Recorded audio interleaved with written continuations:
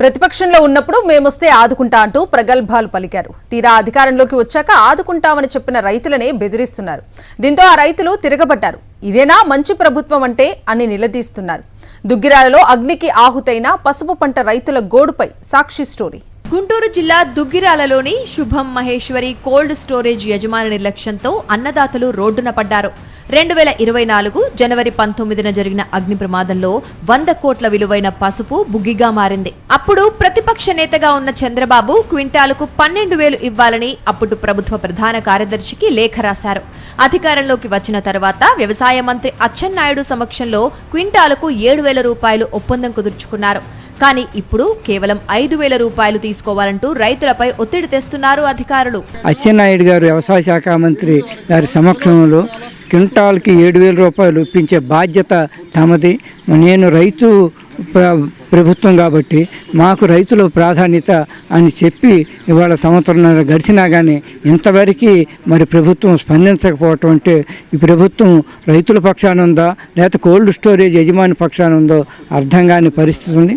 ఈ మధ్యకాలంలో మరి డాక్టర్ పెమ్మసాని చంద్రశేఖర్ గారి ఆఫీసు నుంచి 5,000 రూపాయలు తీసుకోండి, దీని మీద భవిష్యత్తులో మీరు ఎటువంటి మీ వార్తలు కానీ మీరు కానీ ఎటువంటి లావాదేవీలు చేయకూడదు అని క్లెయిమ్ ఒకటి తయారు చేసి రైతులకు ఇవ్వటం జరిగింది. అగ్ని ప్రమాదంలో పంట నష్టపోయిన రైతులకు నేటికి న్యాయం జరగకపోవడంతో వివిధ రూపాల్లో నిరసన వ్యక్తం చేస్తూనే ఉన్న ప్రభుత్వం మాత్రం నిమ్మకు నీరెత్తినట్లు వ్యవహరిస్తోంది.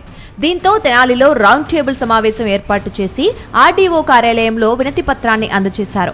అయినా ఎటువంటి చర్యలు తీసుకోకపోవడంతో దుగ్గిరాలలో పసుపు మార్కెట్ యార్డ్ ని ముట్టడించారు. యార్డు ప్రధాన ద్వారాన్ని మూసివేసి నిరసన తెలిపారు. క్వింటాకి ప్రతి రైతుకి 7,000 రూపాయలు ఇస్తాం. ఇన్సూరెన్స్ డబ్బులు, కోల్డ్ స్టోరేజ్ యజమాని ఇచ్చే డబ్బులు ఏమన్నా కాస్త కోస్తా 1,500 రూపాయలు తేడా వస్తే అది మేము ప్రభుత్వం ఇస్తామని చెప్పేసి హామీ ఇచ్చారు. కానీ ఈ హామీగానే మిగిలిపోతూ ఉంది. ఇప్పుడు కోల్డ్ స్టోరేజ్ యజమాని 10,000 రూపాయలు 10 కోట్ల రూపాయలు మాకు ఇస్తామని చెప్పేసి అన్నారు.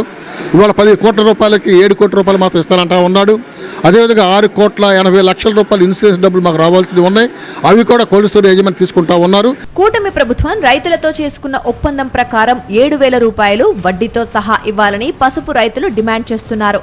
ఇవ్వని పక్షంలో దుగ్గిరాలలో అఖిలపక్ష సమావేశం ఏర్పాటు చేసి అన్ని రాజకీయ ప్రజా సంఘాల సహకారంతో భవిష్యత్తు కార్యాచరణ రూపొందిస్తామని హెచ్చరించారు.